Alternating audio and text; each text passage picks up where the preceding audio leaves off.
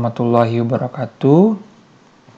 Kita berlanjut lagi di mata kuliah akuntansi keuangan lanjutan atau Advanced Financial Accounting, di mana pada kesempatan kali ini kita akan membahas tema di akuntansi kantor pusat dan juga kantor cabang. Ya, di mana kantor pusat dan kantor cabang ini tentunya adalah pengembangan dari materi-materi sebelumnya di kombinasi bisnis, yang mana kalau di kombinasi bisnis hubungan antar kantornya bahasanya adalah perusahaan induk dan perusahaan anak, parent company dan subsidiary company. Untuk kali ini namanya adalah kantor pusat dan kantor cabang, di mana perbedaan mendasarnya pusat dan cabang ataupun perusahaan induk dan perusahaan anak. Kantor pusat dan kantor cabang bahasanya adalah cabang merupakan representasi dari kantor pusat, yang mana secara bisnis yang dijalankan kemungkinan besar sama ataupun dalam satu bidang. Misalkan bidang retail, berarti cabangnya juga bidang retail. Misalkan bidang keuangan atau banking, pusatnya, cabangnya pun bidang banking. Sementara kalau parent dan subsidiary tidak harus selalu sama. Bisa jadi misalkan parent company-nya bergerak di bidang media, sementara subsidiary-nya bergerak di bidang food and beverage misalnya. Artinya yang nanti dampaknya lagi adalah secara pencatatan akuntansinya juga, di mana di sini akuntansi kantor dan kantor pusat dan kantor cabang ada pencatatan, di mana sifat-sifatnya ada 3 macam. Yang pertama ada pencatatan yang dimuat ataupun dibuat pure oleh kantor pusat. Itu namanya adalah secara sentralisasi. Artinya kantor cabang melakukan aktivitas, kantor pusat yang mencatat transaksi akuntansinya dan kemudian melaporkan laporan keuangan. Cabang tidak membuat transaksi ataupun jurnal keuangan. Kemudian kalau semi sentralisasi di sini setengah-setengah, di mana jurnal dibuat terangkap 2, ya. Yang satu, jadi kantor cabang di sini membuat transaksi dari jurnal dari transaksi itu 2 rangkap. Dan hanya membuat sampai dengan jurnal saja, jurnal umum saja, di mana salinannya diberikan ke kantor pusat. Artinya kantor pusat mengerjakan sisa pekerjaan sampai dengan laporan keuangan. Berarti dimulai dari general ledger sampai dengan financial reporting. Itu di semi sentralisasi. Dan yang terakhir adalah desentralisasi. Apa itu desentralisasi? Artinya kalau desentralisasi yang namanya kantor cabang diberikan kewenangan penuh oleh kantor pusat untuk mencatat seluruh transaksinya ke dalam jurnal umum sendiri. Di mana nanti di akhir periode laporan keuangannya, baik itu laporan keuangan misalnya raba rugi ataupun laporan posisi keuangan, baru dilaporkan ke kantor pusat. Jadi secara pencatatan akuntansinya ada 3 macam, ya. Sentralisasi tadi ya dibuat pure oleh kantor pusat. Semi sentralisasi itu dibuat dibuat 2 rangkap, kantor cabang dan juga pusat nanti melanjutkan. Kalau desentralisasi diberikan kewenangan penuh. Kita langsung ke studi kasus di sini. Tanggal 1 Desember 2015, PT 3 Perlia mendirikan cabangnya di Kota Subang. Pembukuan cabang disusun oleh kantor cabang yang bersangkutan, sedangkan barang dagangannya dicatat menurut harga perolehan. Ya. Di sini ada transaksi-transaksi yang nantinya terjadi, di mana rekan-rekan akan mencatatnya ke dalam jurnal umum. Sebelum ke kasus, mungkin saya akan sedikit memberikan informasi buat teman-teman akun-akun tambahan di kantor akuntansi kantor pusat dan kantor cabang, di mana teman-teman harus sudah tahu ada akun yang namanya akun branch office, ya, posisinya di debit. Ada akun yang namanya akun home office, di mana posisinya di kredit, ya. ini adalah di samping memang nama kantor cabang, ini kantor pusat, ini juga dijadikan akun, ya, akun. Di mana akun ini adalah akun kontrak, misalkan terjadi yang misalkan branch office, misalkan terjadi transaksi di kantor pusat. Berarti kalau transaksi tersebut terjadi di pusat, yang mana kemudian ada transaksi-transaksi yang melibatkan aktivitas cabang, berarti nanti pasti banyaknya keluarnya akunnya branch office. Jadi pasti yang namanya pencatatan di home office, akun-akun branch office akan keluar. Sebaliknya, di catatan-catatan branch office, akun home office akan banyak keluar. Ya, ada lagi shipment from HO adalah pengiriman barang, dan juga shipment to BO adalah pengiriman barang juga. Kalau yang atas penerimaan, kalau yang bawah pengiriman. Yang atas adalah shipment from HO, penerimaan dari pusat, yang bawah adalah pengiriman ke cabang.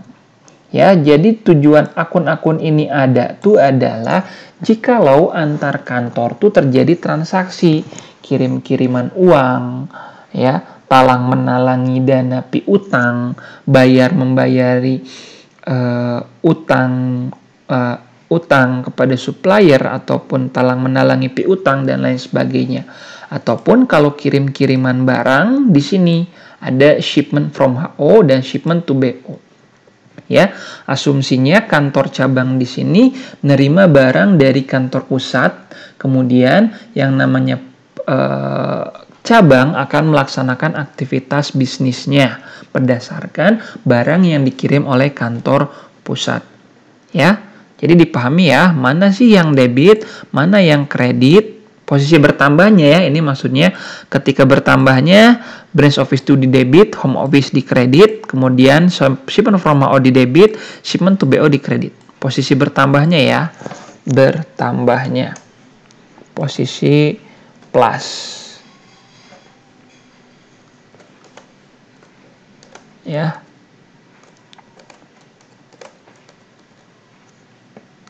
Dan seterusnya.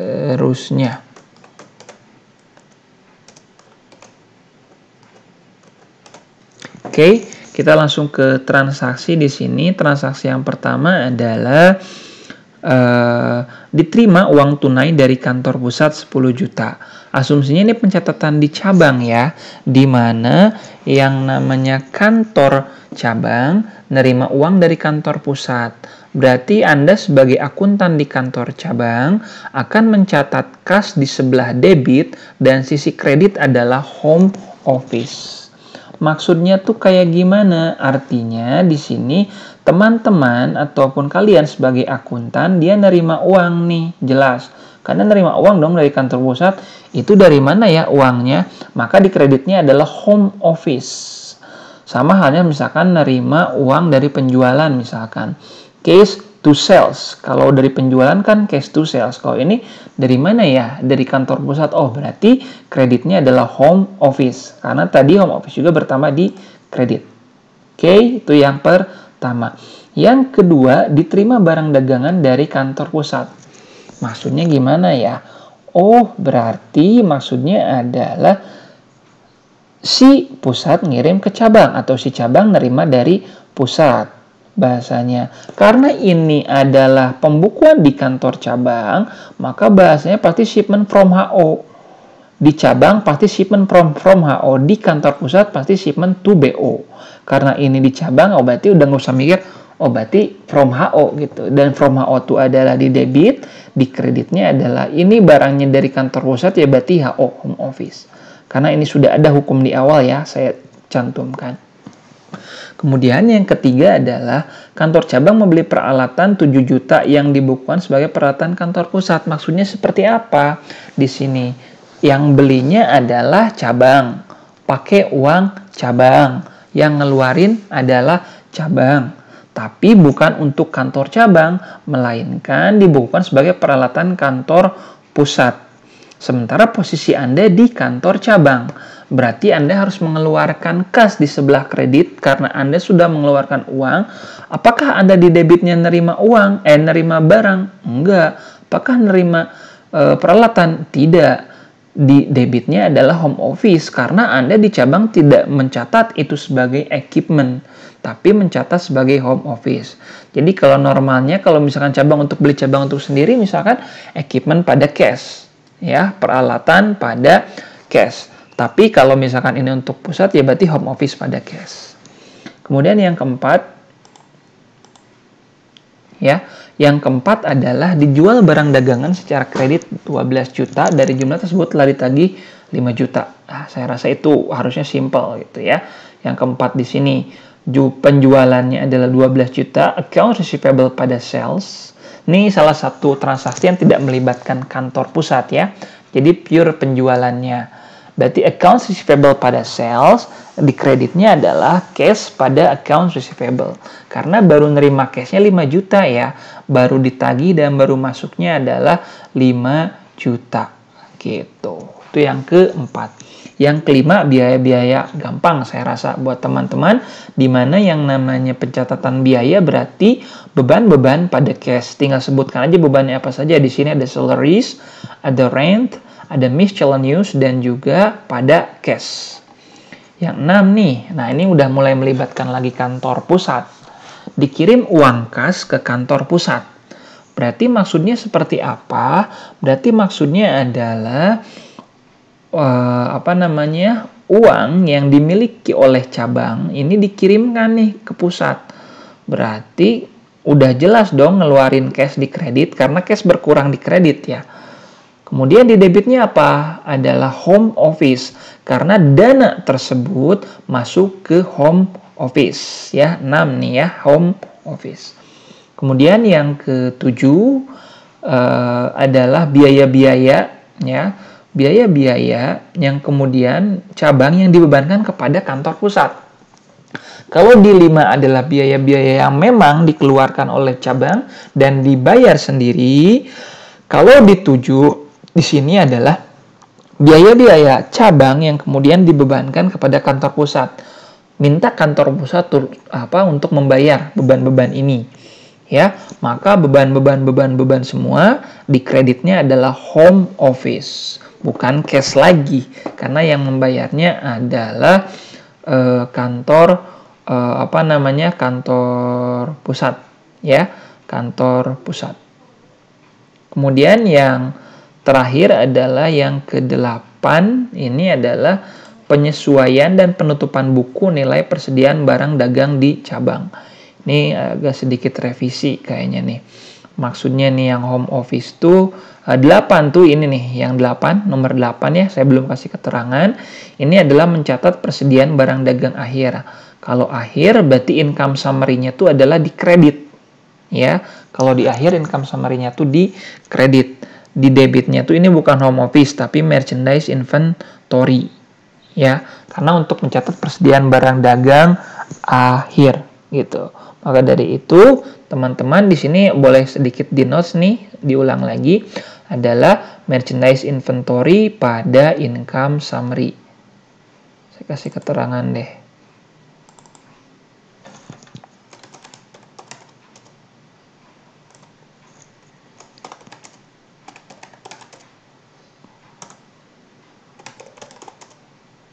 Menjadi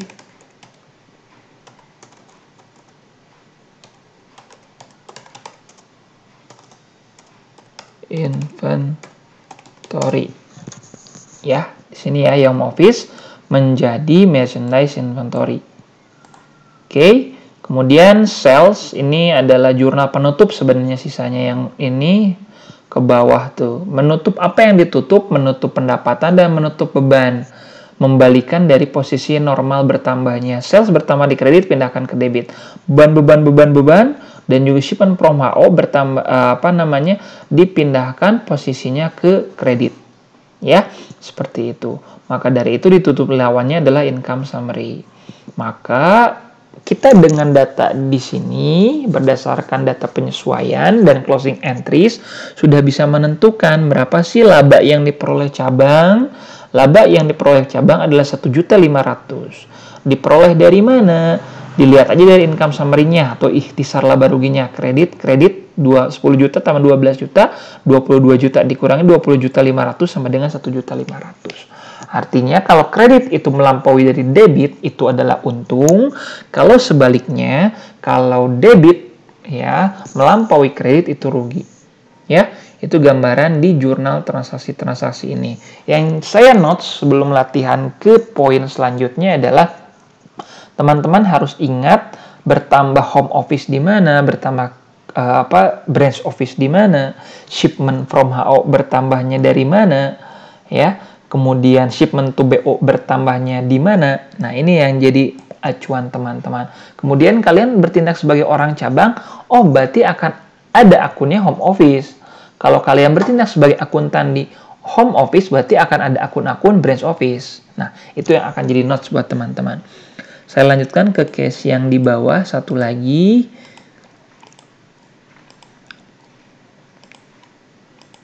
Ya, di sini.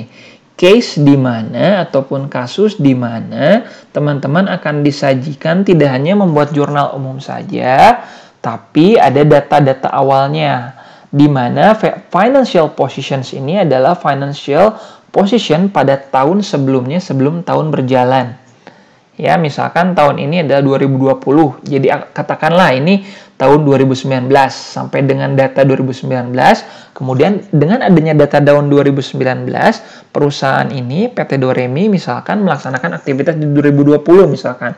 Nah, di 2020 cabang aktivitasnya apa saja sih? Pusat aktivitasnya apa saja sih gitu ya, cabang aktivitasnya apa saja sih, pusat apa saja. Kita bahas dulu yang cabang ya, dimana teman-teman nanti akan saya tugaskan untuk mengerjakan yang kantor pusat. Oke, ini yang cabang terlebih dahulu. Cabang kita lihat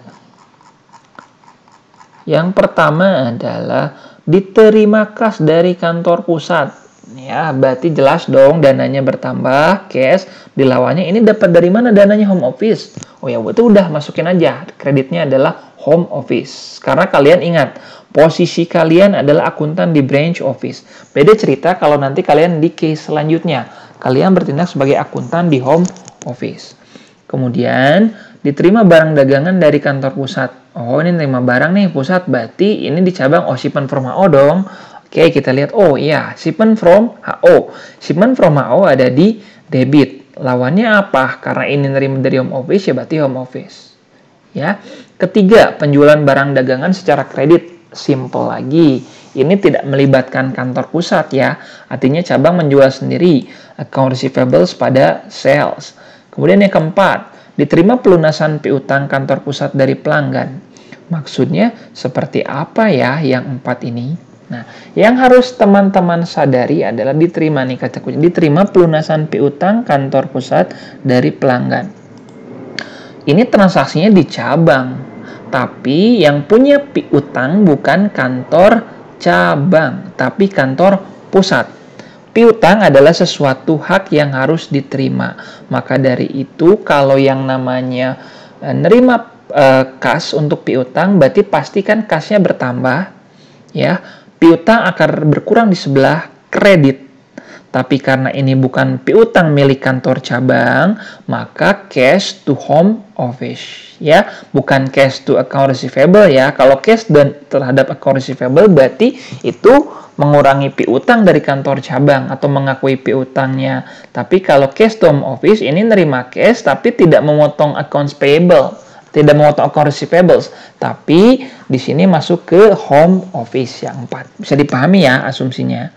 Kemudian yang keenam adalah pembayaran utang. Ini sendiri nih tidak melibatkan email kantor pusat. Berarti account payable pada cash, langsung mengeluarkan cash, dan account payable jelas ya berkurang di sebelah debit. Kemudian yang ketujuh, dibeli peralatan secara tunai. Gampang. Mengeluarkan mendapatkan equipment pada cash. Yang 8, biaya-biaya dibayar 18.000, berarti expenses pada cash 18.000 biaya-biaya. Di mana nanti di data penyesuaian akhir ada data penyesutan barang-barang aktiva, tetap, kemudian ada persediaan barang dagangan akhir, ya, ada prepaid expense, sesuatu yang sudah dibayar di awal seperti iklan, sewa ataupun iklan ataupun sewa ataupun insurance, ya. Dan terakhir adalah accrued expense, sesuatu yang sudah dicatat tapi dibayar kemudian. Ya, ini accrued expense. Nah, kita lihat untuk penyesuaian, jurnalnya ada depreciation expense pada akumulasi, depreciations, apapun itu bisa berupa machine, vehicles, ataupun building, ya. Kalau yang kedua adalah merchandise inventory akhir. Kalian harus notes di sini adalah MI akhir. Kalau kata kuncinya MI akhir pasti di credit income summary-nya. Tapi kalau MI awal, income summary-nya nanti dipindah ke posisi debit. Ya, akan dicatat seperti itu. Kemudian yang ketiga adalah mencatat prepaid expense yang sudah dibayar di awal, ya. Dibayar di awal, di mana itu bisa berupa iklan, bisa berupa asuransi dan lain sebagainya, ya. Prepaid expense. Asumsinya berarti di sini diakui dulu sebagai yang sudah dibayar di muka, maka di sini prepaid pada expense. Kemudian yang terakhir adalah accrued pada expense. Biasanya expense pada accrued, ya. Biasanya ini adalah untuk gaji, misalkan contoh yang sudah dicatat di di periode berjalan tapi dibayar di misalkan awal bulan misalkan, ya.